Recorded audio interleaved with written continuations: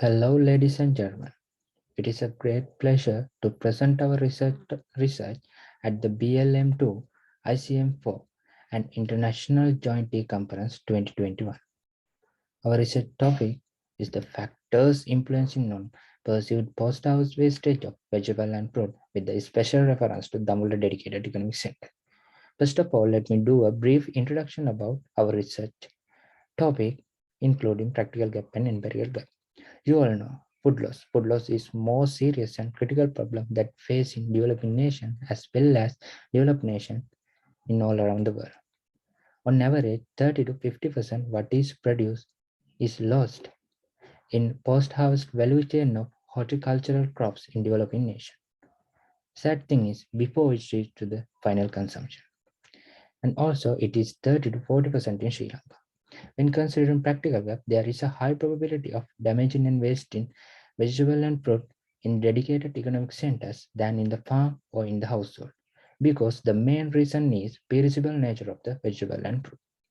When considering Sri Lanka, there are 14 dedicated economic centers.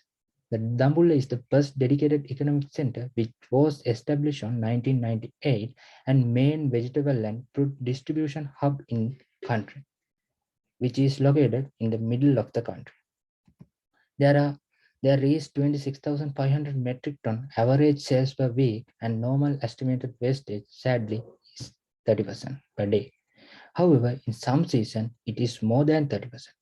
At the same time, there is no significant decision and adequate policy to overcome these barriers which cause the wastage, even though administration change time to time. When considering empirical gap, in Sri Lanka, there is no sufficient and more significant numerical data of the wastage of vegetable and fruit like other countries as well as production. In 2012, Food and Agriculture Organization of UN has done a survey and collect some numerical data regarding food wastage, but in the only Western province. However, this cannot be applicable to the entire country. When considering research question and objective, research question were derived as what are the impact of transportation, packaging, storage facility, and excess supply on post-harvest wastage of vegetable and fruit. Based on the research question, research objective were derived as to examine the impact of transportation, packaging, excess supply, and storage facility on post-harvest wastage of vegetable and fruit. Based on these research question and objective, conceptual framework and research hypotheses were derived as there are 4 independent variables with 1 dependent variable. Based on conceptual framework, there were 4 hypotheses were derived as follows. When considering research methodology part, this is a quantitative study which was conducted by using 105 response from Dambulla Dedicated Economic Center and using simple random sampling technique, because people who enter to the Dambulla Dedicated Economic Center, we cannot divide it as exactly who is a farmer, wholesaler, retailers, and other people. That's why we use simple random sampling as a sampling technique, and we provided questionnaire to the individual respondent and collect cross-sectional data. And using this cross-sectional data, regression analysis was conducted for this study. When considering demographic factors, we illustrate by using this statistic, and there are 7 descriptive statistics. When according to sample survey, the most of the people come from Central Province, North Central Province, and Northwestern Province, because the dedicated economic center was located in between these 3 provinces, and most of them provided low country vegetable than up country vegetable, and most of them use lorry as their transportation method, because they can easily purchase and carry huge amount of vegetable and fruit with low cost. And most of the respondents were not satisfied with the available storage facility in the economic center, and they use polysac bag as the main packaging method, because they can easily purchase and they can contain huge amount of vegetable and fruit at the low cost. And mainly humidity conditions were affected in the wastage of vegetable and protein economic center.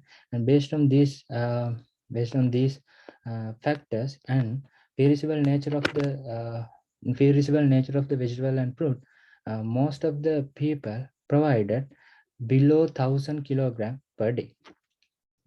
Um, Main analysis were conducted by using regression analysis and assumption are tested in dataset. First, I have removed the incompleted questionnaire and took 105 completed questionnaire to my analysis.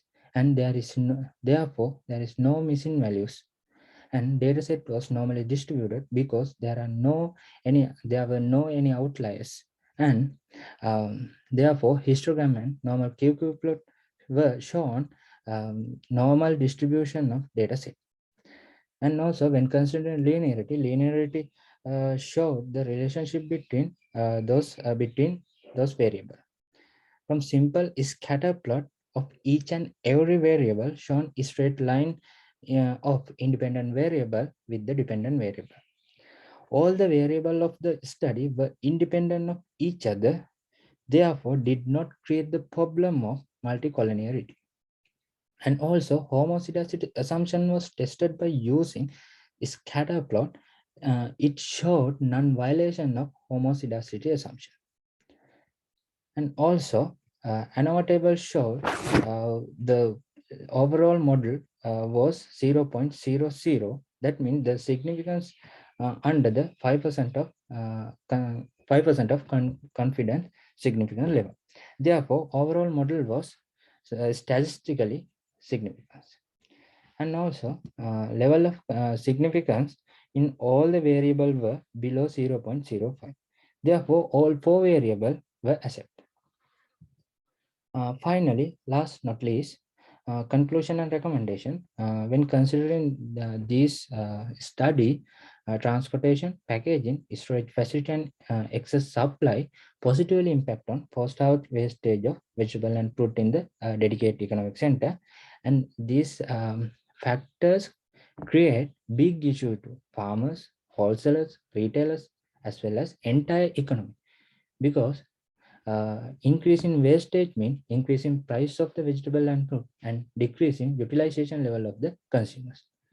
That result show that there is a critical issue on this regard, and more studies should conduct in future to figure out qualitative impact on each factors. Based on these study and this result, policymakers can take a action and decision to make policies to process regarding the food wastage in Sri Lanka. This is all about my presentation. Thank you very much.